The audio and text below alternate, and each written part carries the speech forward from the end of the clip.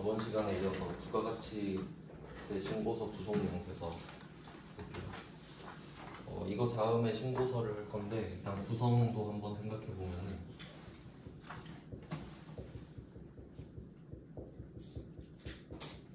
일단 부가가치세 신고서를 메인으로 하고요. 말 그대로 부속 명세서니까 추가적으로 더 가치 내는 걸 말을 하는데 상황을 좀 전반적으로 다시 좀 볼게요.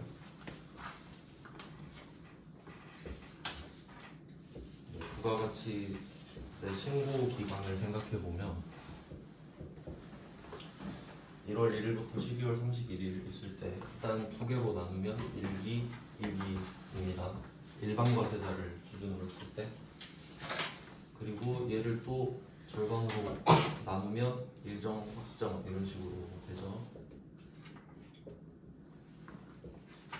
그래서 3개월마다 신고를 하게 되는데 이때 이 부가가치세 신고서는 3개월마다 하는 거예요. 그러니까 법인 기준으로 했을 때는 개인은 조금 다르긴 한데 우리는 일단 그 법인 기준으로 하기 때문에 3개월마다 직접 신고 납부를 하는 것을 기준으로 합니다.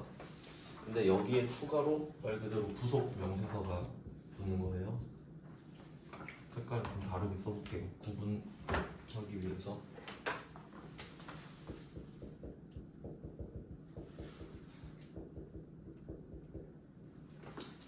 네, 여기 부속 명세서가 붙는 건데 어제 봤던 게 마지막에 봤던 게 6번에서 정산 내역이 있었거든요. 그걸로 한번 예를 들어보면은 예시 정산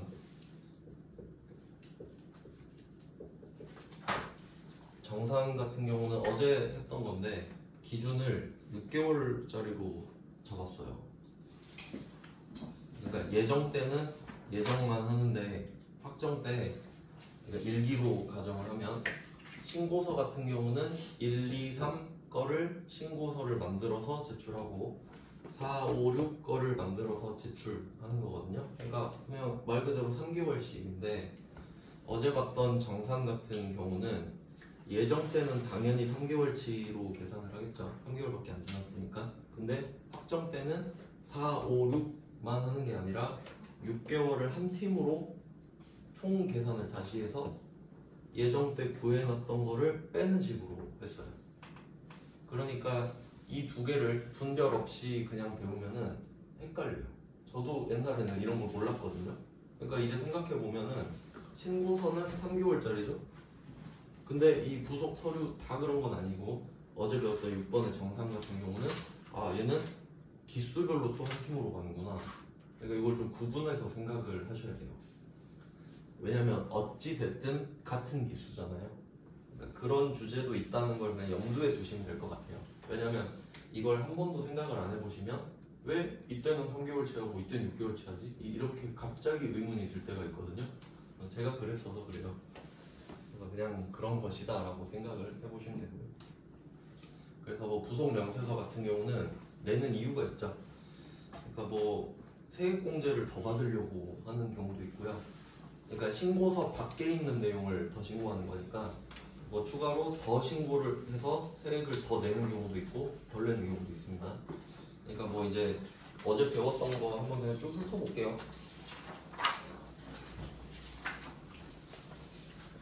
이름만 그냥 쭉 한번 훑어볼까요?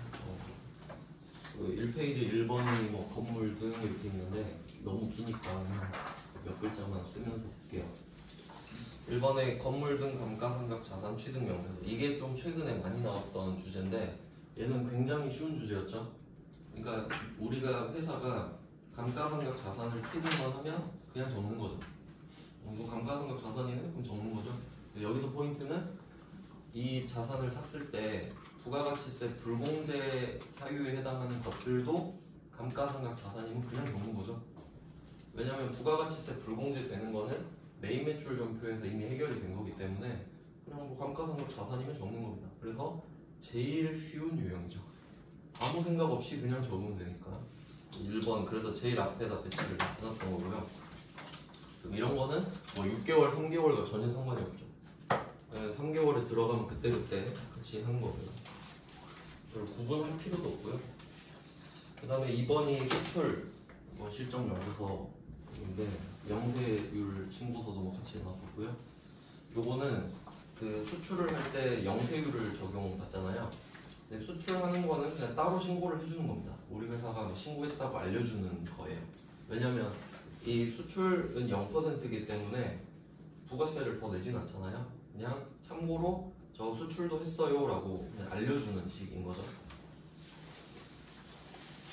그런 내용이고, 이것도 뭐 그렇게 어렵진 않았죠. 환율을 그냥 선별하는 작업만 하면 돼요. 빠른 날로 했었죠. 선적일과 환가일기는. 그 다음 세 번째가 뭐 부동산 있었죠. 부동산 이쪽은 역시 추가적으로 더 내는 건데, 이쪽은 이제 간주임대료 이슈가 있죠. 월세도 있고 부가가치세 더 내겠다 뭐 이렇게 신고하는 겁니다. 따로. 이것도 그냥 기간별로 3개월마다 또 똑같이 가주는 거고요. 그 다음에 4번 신용카드, 뭐 이거는 중요하다고 말씀드렸죠. 신용카드는 얘는 세액공제를 더 받으려고 하는 겁니다. 그 이유가 부가가치세 신고서 같은 경우는 세금계산서 위주로 돌아가잖아요. 근데 내가 카드 쓸 일도 상당히 많은데 이 부분이 반영이 안 돼 있으니까 같이 부속서류로 따로 내서 신고를 해주는 거죠. 이쪽에서도 세액공제를 받으려고. 네, 그래서 부속서류가 되고, 그리고 5번에 다른 금액 집계표는 뭐 파는 거였죠. 그리고 신카였는데 4번은 매입 쪽이었고 5번은 매출 쪽이었죠. 네, 이름이 비슷해서 그냥 묶어놨어요. 빈도수는 발행 쪽은 별로 안 나왔었죠. 3번밖에 안 나왔습니다. 입력도 어렵진 않았고요. 그 다음에 6번이 조금 어려웠죠. 어제 마지막에 배웠던 거. 그리고 제가 설명을 드린 이유도 얘 때문입니다. 6번에 뭐 정산 내역이죠. 이 부분은 조금 생각을 해보셔야 되고요. 살짝 어려워지니까 6번부터는. 뭐 이런 내용들이 있었어요. 그러니까 사실 방금 제가 파란색으로 써서 설명을 드린 거는 정확히 말하면 6번만 해당이 돼요. 지금 배운 것 중에서는 얘만 6개월치 구해서 앞에 3개월치를 빼는 식으로 구했으니까 그냥 얘는 이렇구나라고 생각하시면 돼요. 원래 이렇게 하니까요. 그 다음에 이제 7번, 8번인데 이게 좀 제가 회차를 적어놨잖아요. 이제 참고하라고 적어놓은 건데 참고로 60회부터 적어놨거든요. 그러니까 60회부터 115회까지니까 55회 보일 거예요. 중간에 한번 시험 89회인가 없으니까. 근데 이 적어놓은 거를 한번 보시면은 대손세액 공제가 특히 좀 요새 보면 잘 안 나왔거든요. 그러니까 지금 19페이지 7번 할 차례인데 회차 보시면 옛날에 좀 많이 몰려있어요. 그러니까 옛날에는 이게 좀 어려운 주제라서 제가 강조를 많이 했거든요. 근데 최근에는 엄청 잘 안 내요. 그래서 좀 민망할 정도로 안 내더라고요. 근데 뭐 안 할 수는 또 없으니까 좀 뒤쪽으로 빼놨습니다. 그러니까 시간이 너무 없다 그러면 이 7번을 버리세요. 뭐 이런 느낌으로 뒤로 빼놓은 거예요. 그 다음에 8번의 의제매입세액도 그런데 근데 이 두 개는 먼저 이론으로 설명을 드리고 시작하려고 해요. 뭐 대충 개요는 이렇습니다.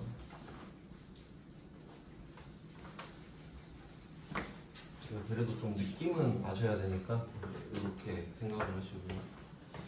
이제 7번의 대손세액 공제 신고서.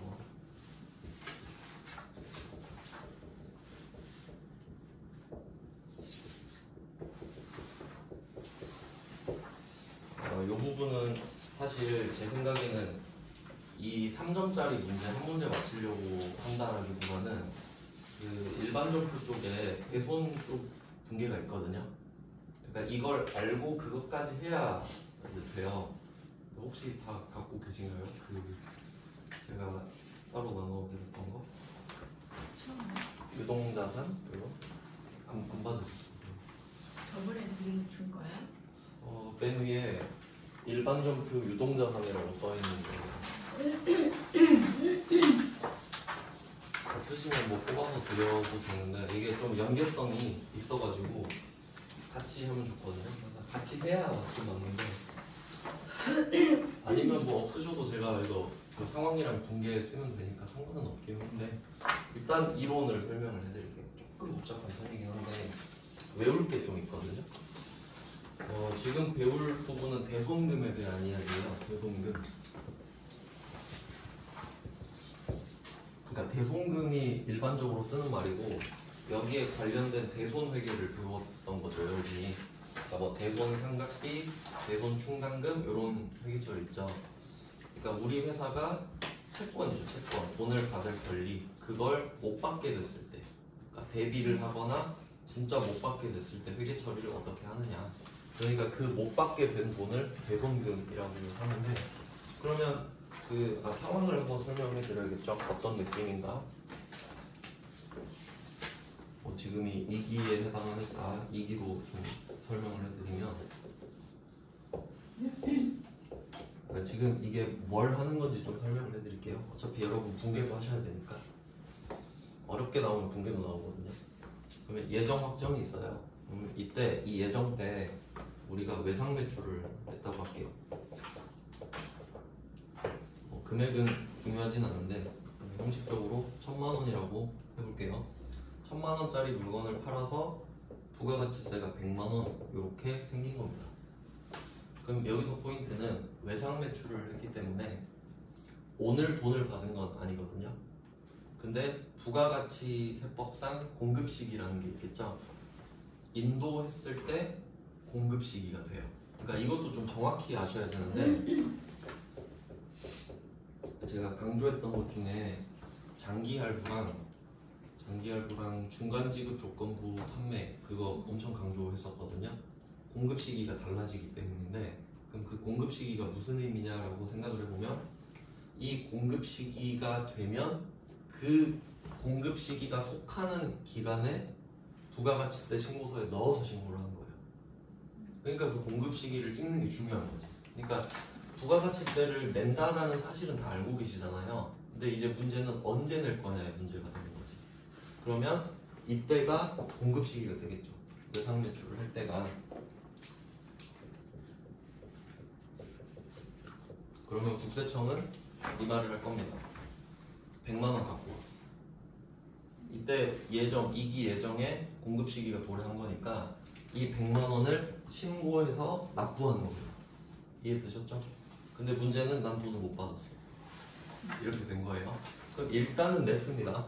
그럼 우리는 무슨 생각하냐면 뭐 내라고 했으니까 내는데 나중에 1100만 원 받아서 100만 원 내가 쓰면 되지. 그냥 이 생각하는 거죠. 약간 국세청한테 빌려준 느낌인 거죠. 자, 그럼 우리는 1100을 받아야 되는 거거든요. 근데 문제는 여기서 대손이 발생하는 거예요.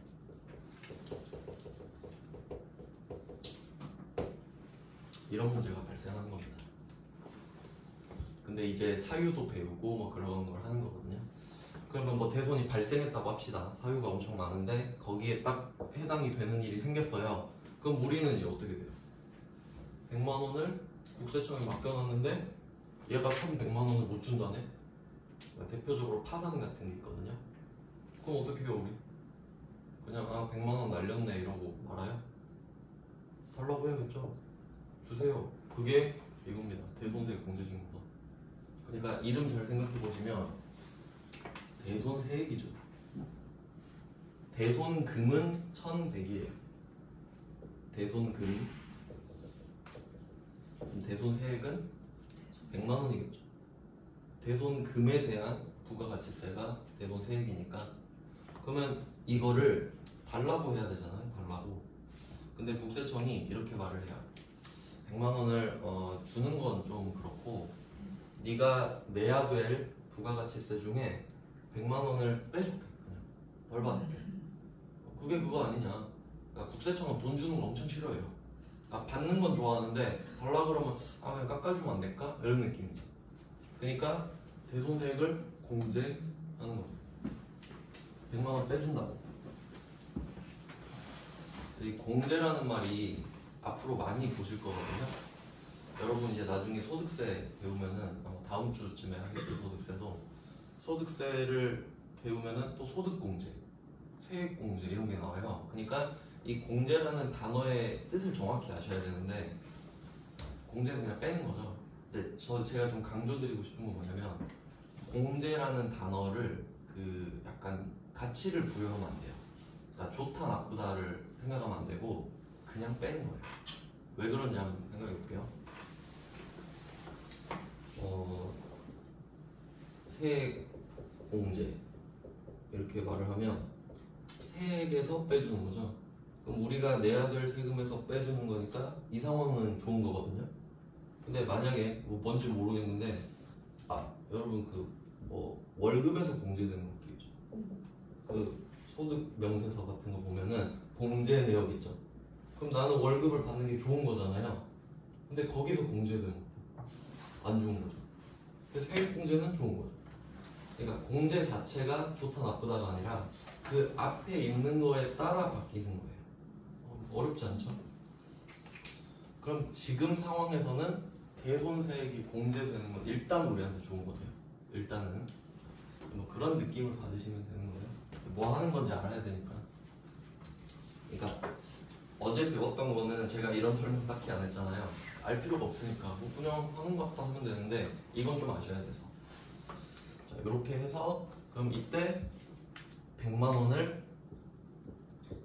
그냥 빼줘요. 이런 겁니다. 이게 대손세액 공제. 네, 또 이거 가지고 말 문제도 좀 많이 내거든요. 어떻게 내냐면 그럼 이게 지금 1,100만 원 이야기를 하고 있는데 만약에 이 예정 때 총 금액 내가 팔았던 총 금액이 과세 표준이죠. 1억이라고 해볼게요. 그러니까 이 1억에는 1,000만 원이 포함되어 있는 상태인 거죠. 이 세액은 따로 과세 표준이니까 과세 표준은 부가가치세를 매기기 위한 기준이죠. 그러니까 1,000만 원이 과세 표준이니까 여기에 부가세 100만 원이 붙은 겁니다. 그러니까 과세 표준만 물어보면 1,000만 원 이렇게 말해야 됩니다. 근데 이 1,000만 원이 지금 1억에 포함된 거예요. 그럼 우리는 이 돈 1,000만 원, 100만 원을 받을 줄 알고 이렇게 1억 계산을 해놓은 거잖아요. 과세 표준을. 근데 얘가 안 줬죠. 안 줬죠? 근데 여기서 포인트는 이 1억에서 1,000만 원을 안 빼요. 안 뺍니다. 그래서 이거를 시험에 뭐라고 하냐면 과세 표준에서 미공제. 과세 표준에서 빼지 않는다는 소리예요. 왜냐면 결과적으로 생각해 보면 지금 1,000만 원짜리는 판 거 아니죠. 안 판 건데 1억에 들어있죠. 근데도 안 빼요. 안 빼. 그냥 1억으로 마감 쳤으니까 그대로 끝. 그리고 100만 원을 빼주죠.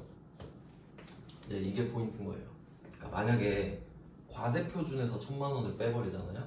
그러면 저절로 100만 원도 빠져요. 이렇게 생각하세요. 과세 표준이 1억이었잖아요. 그러니까 1억 때문에 부가가치세가 1,000만 원이 생겼던 거예요.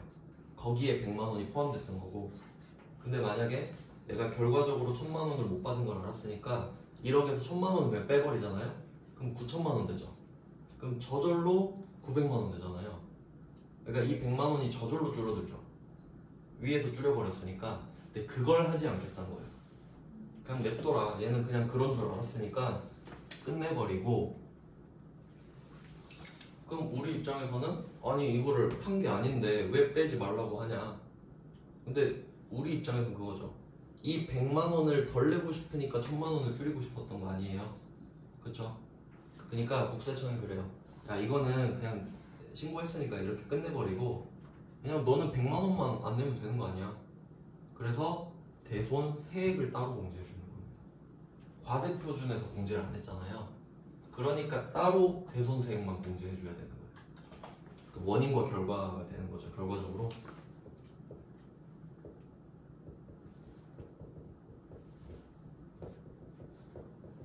근데 이거 시험에 말 문제로 나올 수 있어요. 대손금은 과세 표준에서 공제하지 않는다 이런 뉘앙스로 문제를 낼 수 있습니다. 그러니까 그냥 얘는 냅두고 얘만 빼겠다 이런 거죠. 뭐 이런 내용이에요. 그러면 이 상황을 이해를 일단 하시고 이제 이 대손이 발생하는 게 뭐냐 이거를 배우는 거예요. 사유. 뭐 이렇게 해서 하나씩 좀 볼게요. 이게 책마다 좀 정리가 다르게 되어 있는데 자세히 알려드릴지 수험서가 좀 적합하겠죠.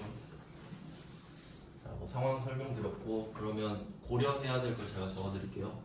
그러니까 책은 그냥 쫙 다 적어놨는데 제가 생각하는 우선순위대로 말씀을 드리겠습니다. 제 생각에는 그 기한이 제일 중요해요. 기한. 이건 좀 중요해서 잘 기억해 두셔야 되는데 일단은 그 설명 드려야 되니까 적을게요. 이건 좀 정확한 문구가 필요해서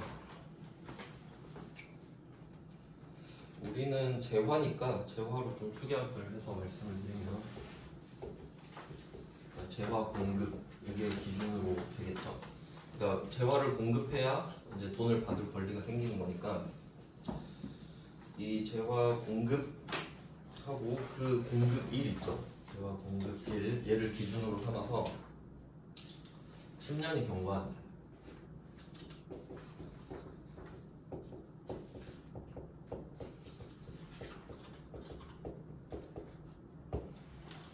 10년을 추가했어요. 물건 판 날 그리고 10년 그리고 하나씩 추가해 갈 거거든요. 경과한 날이 속하는 확정 신고 기한.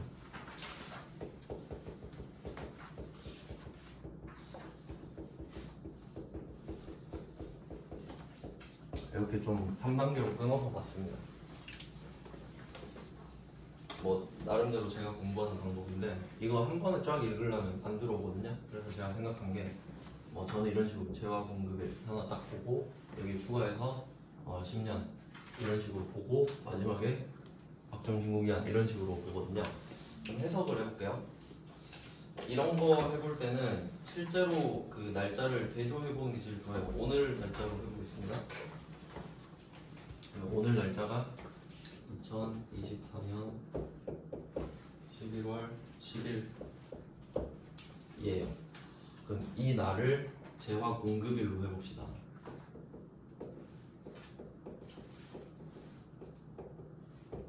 재화 공급일. 오늘 물건을 판 겁니다. 그럼 언제까지 대손세 공제 신고서를 내면 받아줄 거냐 이 이야기를 하는 거거든요. 그럼 일단 오늘이 기준이겠죠. 오늘부터 10년까지 일단 그럼 플러스 10년 할게요. 10년은 그냥 그대로 더합니다. 2034년 되게 쓰기 어색한데 이날도 오겠죠? 오긴 오겠죠. 그럼 이렇게 10년을 더했어요. 근데 여기서 포인트는 확정 신고 기한이거든요. 이 말은 우리가 신고를 4번 했잖아요. 1기 예정, 1기 확정, 2기 예정, 2기 확정. 예정 신고 기한이 아니죠. 그럼 이 말은 예정 때 사유가 발생을 해도 이때는 안 받아준다는 거예요. 이때는 안 받아준다. 왜? 예정이니까. 그러니까 여기서도 갑자기 6개월 한 팀으로 묶어버리죠. 그러니까 그래서 아까 처음에 말씀드린 거예요. 파란색으로 6개월이 한 팀인 애도 있고 근데 신고선 3개월이 한 팀이죠. 그런 내용이에요. 그러니까 이게 그 시험에 냈을 때 이런 식으로 나와요. 반드시 4월, 6월, 10월, 12월 이렇게 낼 거예요. 1기 확정, 2기 확정. 문제를 내면 이거밖에 안 낼 거 아니에요. 왜냐면 예정 때는 안 받아주니까. 그러니까 여러분 시험에서는 이렇게 내요. 근데 제 시험에서는 일부러 예정 때 내놓고 하지 말라고 시험을 내요. 그것까지 아는지 물어보는. 근데 여러분한테는 그 정도까지는 아니고 이렇게 나올 거 아니에요. 그럼 여러분은 뭘 하시면 되냐면 만약에 지금 이 사유가 이때 발생한 거 이때 예정 때 그럼 이때는 신고서를 안 받아준다 했죠. 그럼 이것까지 여기 넣어서 같이 넣는 거. 그 정도까지 생각하시면 되지. 그래서 예정 때는 안 받아준다는 말이에요. 그러니까 예정은 안 되는 거. 이 말이 숨어 있는 거죠. 그러니까 이게 법을 해석하는 방법이에요. 확정신고 기한까지 이 말은 예정 때는 안 받아주는구나. 이걸 우리가 알아야 되고. 그러면 여기에 확정신고 기한까지 가볼게요. 그러면 이때 2034년 11월 10일이 2기죠. 2기. 그럼 이거에 대한 확정 신고 기한이 있겠죠? 그러니까 이때 2기 확정은 10, 11, 10이잖아요. 그럼 신고 기한은 다음 해로 넘어가서 2035년 1월 25일이 되겠죠. 공휴일이 아니라면 25일로 이때까지 해라 이거예요. 이때까지 내세요라는 겁니다. 아무리 늦어도. 뭐 이런 내용이에요. 당연히 확정 때만 받아주니까 확정 신고 기간까지 받아주지. 10년 뒤까지 받아주겠다 하면 이상하잖아요. 이날이 신고 기간이 아닐 수도 있는데, 그러니까 자연스럽게 신고 기한이 되는 거예요. 그러니까 두 단계 확장시키는 거 아시겠죠? 10년을 더하고 확정 신고 기한까지 빼라. 그러니까 날짜를 한번 응용해 보시면, 만약에 7월 1일이에요. 7월 1일. 7월 1일일 수도 있잖아요. 그래도 똑같죠. 다음 해 1월 25일로 넘어가죠. 7, 8, 9, 10, 11, 12가 2기잖아요. 2기 확정 신고 기한이니까. 예정은 안 받아주니까 그렇게 생각하시면 되겠습니다. 그래서 제일 중요한 거, 기한. 그래서 옛날 문제에서는 이렇게 나왔어요. 그러니까 참고로 옛날엔 5년이었거든요. 그러니까 그 연도를 그냥 넘겨버리는 게 나온 거예요. 예를 들면 지금이라면 이렇게 되겠죠. 뭐 2002년에 물건 팔았던 거 있는데 지금 못 받은 거예요. 20년 존버 타다가 얘가 망했어요. 그럼 이제 갖고 가보니까 10년 넘었잖아. 그럼 너무 오바 같아. 그건 미안, 안 해줄게. 이런 내용입니다. 그러니까 너무 오래 끌지 말라는 거죠. 그 정도 보시면 되겠고. 네, 그 다음 이제 대손 사유를 좀 볼게요. 사실 두 개밖에 없네요. 기한, 대손, 사유. 대손 사유가 좀 많아요. 네, 어차피 나오는 것만 나오긴 합니다. 좀 쉬운 것부터 알려드릴게요. 시험에 좀 잘 나오는 게 소멸시효 완성, 이게 그냥 문구 그대로 나오거든요.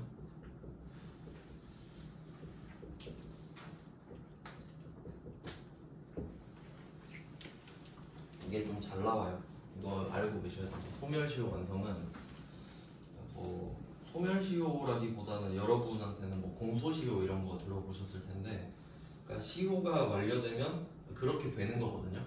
그러니까 좀 정확히 말하면 복잡하니까 소멸시효가 완성되면 소멸이 되는 겁니다. 그러니까 법적으로 그게 정해져 있거든요. 소멸시효가 완성되는 게 법적으로 정해졌는데 그렇게 되면 소멸이 되는 거예요. 그럼 법적으로 없어졌다는데 우린 못 받는 거예요. 그냥 그렇구나 정도. 그래서 뭐 정확하게는 무슨 법에 의한 소멸시효 완성, 이렇게 법이 몇 개 막 나와 있거든요. 그런 법을 우리가 외울 필요는 없죠. 그냥 소멸시효 완성되면 우리가 돈을 못 받게 된 거라고 생각하시면 돼요. 이게 가장 쉬운 거고, 그 다음에 뭐 문구 쪽 나열해보면 뭐 파산, 이것도 좀 쉬운 편이고요. 파산 됐다라고 하면 그냥 딱 느낌이 망했다 이런 느낌이죠. 이게 법원이랑 좀 연결이 돼 있는데, 뭐 법원 이렇게 나오면 조금 약간 비슷한 느낌이라고 보시면 돼요. 정확한 문구는 기억하실 필요는 없고, 그건 이따가 문제로 볼게요. 그러니까 법원 나오면 이제 파산 쪽이랑 좀 비슷한 맥락이에요. 그러니까 법원이 너 돈 받지 마 라고 한 거니까 우리는 뭐 할 게 없습니다. 그래서 뭐 파산, 강제 집행, 참고로 보시면 돼요. 이 사람이 돈을 못 갚는가 보구나, 이런 정도로 보시면 되죠. 사망 실종. 한 번이라도 나왔던 거 그냥 써드리는 겁니다. 이따 문제에서 확인할 거예요. 그래서 이 정도는 문구 자체로 그냥 끝나는 거니까 암기에 가깝고요. 그 다음에 이제 또 잘 나오는 게, 요건 좀 기억하셔야 되는데, 부도, 이게 좀 잘 나오거든요. 소멸시효 완성이랑 부도가 확실히 잘 나와요. 부도하고 6개월 경고합니다.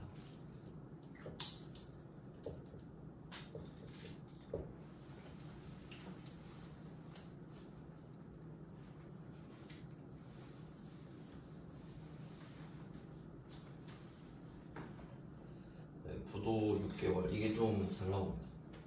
이 정도 해놓고 문제를 한번 보면 될 것 같은데요. 그러니까 입력은 안 어려우니까 일단 어떻게 적용할 수 있을지 그 나눠드린 프린트로 한번 체크해볼게요. 어떻게 문제 푸는 건가.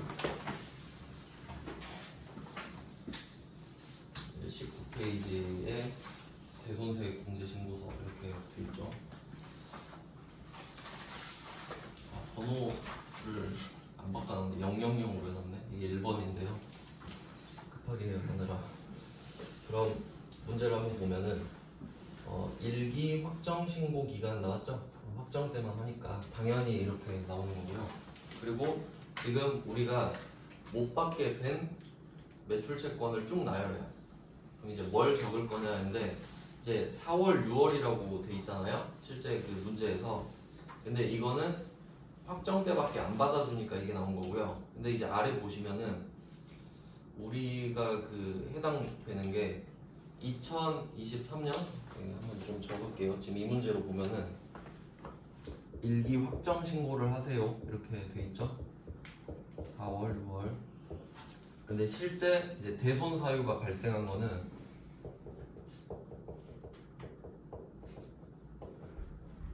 1월부터 6월 이렇게 돼야 되죠.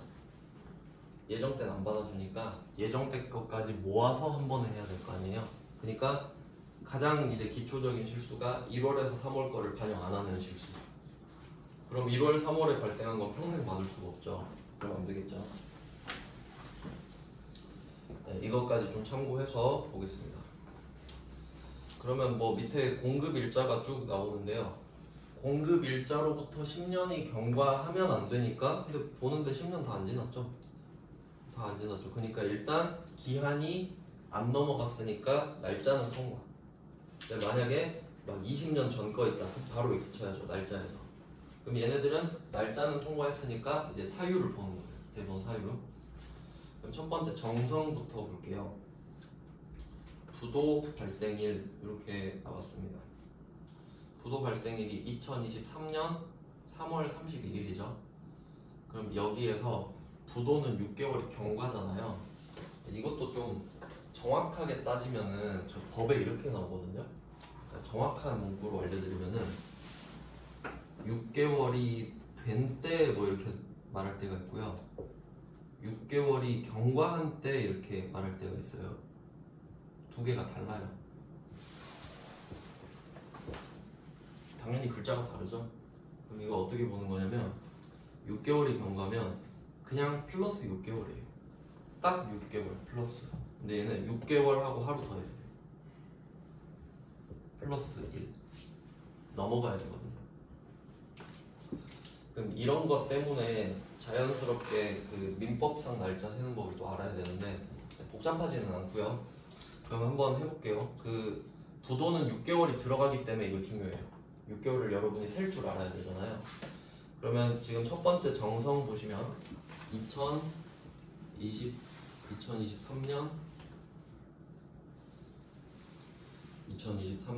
1월 5일이죠. 부도 발생일은 3월 31일이죠. 그럼 이거 날짜 어떻게 되냐면요. 이 31일이 말일이죠.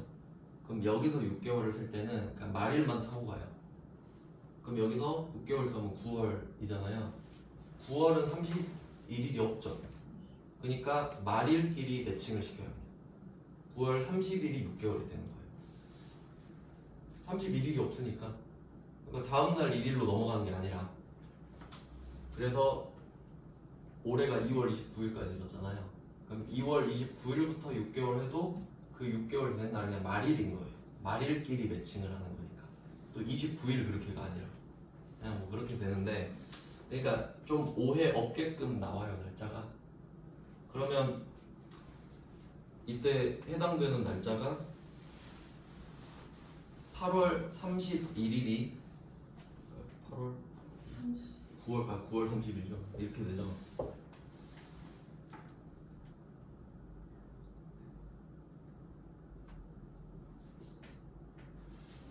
맞죠? 이렇게 6개월. 그리고 여기 하루를 더 해야 돼요. 그러니까 그 10월 1일이 이게 6개월이 경과한 때가 되거든요. 그러면 이 날짜가 이 1월, 6월 사이에 들어있는지를 보는 거예요. 얘는 조금 복잡해지죠? 다시 볼게요. 그러니까 첫 번째가 정성한테 외상매출금이죠. 그럼 어떻게 알고리즘을 짜면 되냐면 첫 번째 공급 일자가 10년 안 넘었죠 지금부터. 그럼 오케이 날짜 통과. 기한 지나갔죠? 괜찮다. 그럼 이제 대손 사유가 발생했는지 보는 거예요. 근데 부도가 나왔죠? 부도는 6개월이 경과해야 되는데 그럼 경과했나 보니까 부도가 3월 31일에 발생을 했고 6개월이 경과한 때가 6개월 하루니까 10월 1일이 되잖아요.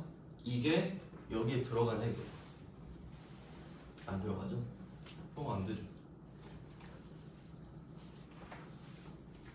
4월, 6월이 아니라 그러면 지금 이 문제는 23년 문제거든요.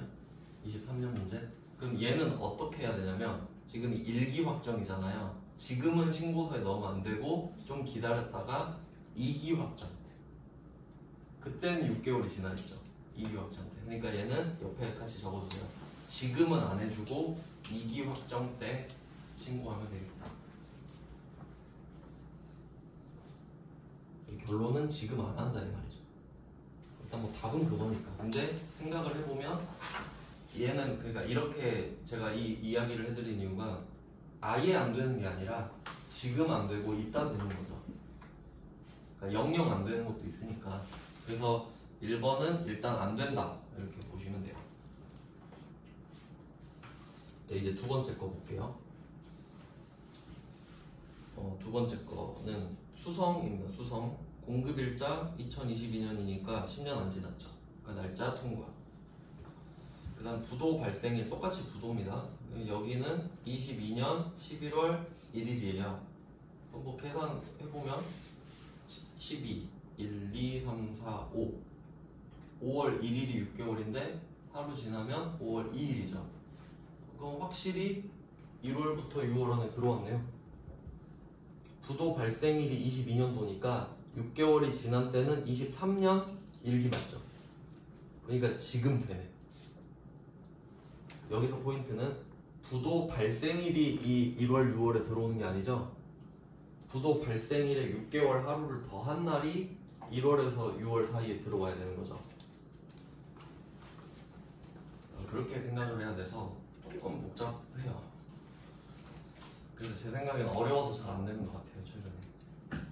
그러니까 좀 참고로 말씀을 드리면, 그러니까 이거는 제 생각인데 부도가 수표랑 어음에서 발생하는 거죠. 그러니까 어음 같은 거로 보통 이제 부도가 많이 나는데, 여러분이 물건 팔고 어음 받았을 때 은행에 갔는데 어음에 돈이 없대, 통장에 돈이 없대. 그럼 그게 부도죠. 근데 6개월이 지나야 되잖아요. 그러니까 제 생각엔 이런 것 같아요. 그러니까 부도가 엄청 심각한 걸 수도 있지만 뭐 그런 것도 있잖아요. 그냥 갔는데 돈이 없대요. 그 내가 전화해서 물어봤어. 아니 왜 수표 아니 어음 갖고 갔는데 돈이 없다 그러죠? 그러니까 아 맞다, 돈 안 넣어놨다. 지금 가서 넣어놓을게요, 내일 찾아가세요. 이럴 수도 있죠. 그러니까 저는 그렇게 생각을 해서 6개월이 지났는데도 못 받으면 그때 인정해주겠다. 그냥 제가 이렇게 이야기 꾸몄어요. 왜냐면 별로 중요한, 그러니까 심각한 부도가 아닐 수도 있으니까. 그래서 6개월 하루가 들어간다 이렇게 보시면 되고요. 그 다음에 밑에 거, 그래서 그 밑에 해설 제가 답안 붙여놨잖아요. 그럼 수성 거는 적어놨죠. 금액만 보시면 아시잖아요. 770이 적혀있죠 밑에. 그러니까 사유에 해당이 되니까. 그 다음에 금성, 세 번째 금성 보시면 날짜 20년이니까 10년 안 지났고요. 그 다음에 상법상 소멸시효 완성, 이 날짜가 1월부터 6월 사이 들어왔죠. 그러니까 얘는 쉽죠. 얘는 그냥 되는 거예요. 그 다음은 네 번째 22년 겁니다. 그러면 얘도 뭐 10년 안 지났으니까 되겠죠. 그 다음에 사유를 보시면 사망했죠. 사망. 그럼 당연히 좀 못 받겠다 뭐 이렇게 생각할 수 있을 텐데, 근데 문제는요, 밑에 보시면 안 적혀 있어요. 550이 왜 적혀 있지? 이거는 금성이고 우강성도 안 적혀 있죠. 대여금을 한번 생각해 보실래요? 차입자라고 돼 있죠. 그럼 우리가 돈을 빌려준 거죠. 우리가 대여자, 저 사람이 차입자. 그럼 저 사람이 나한테 돈 빌리고 사망한 거네요.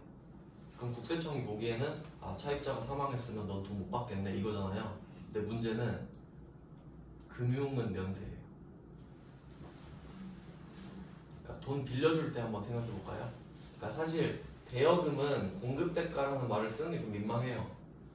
환고 아니잖아요. 그러니까 금액이라고 해야 맞는데 이렇게 되는 거죠. 우리가 우강 상사한테 220만 원을 빌려준 거예요. 그럼 혹시 우리가 돈 빌려주면서 부가가치세 22만 원도 주세요 이러나요? 안 그러죠? 그럼 얘는 대손세액이 존재하지 않네요. 그렇죠? 근데 대손세액 공제신고서인데 대손세액이란 말 자체가 성립하지 않죠. 그러니까 안 해주는 거예요. 부가세 낸 게 없잖아요. 그러니까 대여금에다 X를 치시는 거예요. 대여금. 그러니까 채권 이야기를 해야 되거든요. 매출 채권. 그래서 대여금에서 탈락입니다. 그럼 지금 이 표의 4칸 보시면 첫 번째는 지금 안 되는 거고 나중에 되겠죠. 두 번째는 지금 되고 세 번째 상법 수상 소멸시 지금 되고 차입금은 대여금은 영영 안 되고 부가세 낸 적 없으니까. 그래서 밑에 그럼 2개가 적혀 있어야 되는데 3개 적혀 있죠. 답에 그 표 밑에 점 있죠. 점기에 뭐 써진 거 그게 이제 마지막 문제인데 이거 보고 쉴게요. 전기에 대손세 공제를 받았던 이게 포인트예요. 좀 표시해 줄까요? 전기에 대손세 공제를 이미 받았어요. 그 말은 돌려받았던 소리죠? 그럼 우리는 못 받을 줄 알고 대손세 공제 신고서를 내고 이제 돈을 돌려받은 셈이 되는데 문제는 50%를 회수했죠. 회수에다가 좀 강조해주세요. 회수. 그러니까 표에 있는 4개는 내가 돈을 못 받게 된 일을 적은 거고요. 근데 밑에 있는 글자로 된 거는 이미 전기에 이걸 했었는데 다시 돈을 받은 거예요. 그럼 한번 생각해 보세요. 어떤 상황이냐면 우리가 550을 팔았어요. 550. 그럼 50을 냈었죠 처음에. 근데 대손이 확정돼서 저 50 빼주세요 이것까지 했죠. 그럼 우리는 이 2개까지 통과된 거예요. 물건을 팔아서 50만 원을 냈었고 대손 당해서 50만 원 빼주세요까지 전기에 됐어요. 전기에 대손세 공제 받았던. 근데 갑자기 돈을 절반을 받은 겁니다. 그럼 이게 250만 원, 25만 원 이런 식으로 되겠죠. 절반이니까. 그럼 국세청이 이거 보고 뭐라 그러겠어요? 갖고 와. 너 못 받을 것 같아서 빼줬는데 받았네? 25만 원 갖고 와. 이렇게 되는 거죠. 근데 마이너스 써 있잖아요. 이제 이유를 생각해 볼게요. 대손세액 공제 신고서죠. 그러니까 못 받은 돈을 플러스로 적죠. 대손세액을 적는 곳이니까. 그러니까 얘를 마이너스인 얘를 플러스로 적으니까 내야 되는 건 마이너스죠. 그냥 반대니까. 괜히 복잡하게 생각하지 마시고 반대니까 마이너스라 생각하시면 돼요. 애초에 반대로 적고 있어요 우리는. 왜냐면 원래대로라면 못 받는 돈을 마이너스로 적어야 되잖아요. 근데 못 받는 돈을 플러스로 적고 있잖아요. 그러니까 내가 못 받게 될 돈은 마이너스로 적는 거지. 그냥 반대라고 생각할게요. 일단 뭐 첫 문제로 이렇게 봤는데 지금부터 10분 쉬시고 임력배우고 붕괴도 좀 알려드리겠습니다.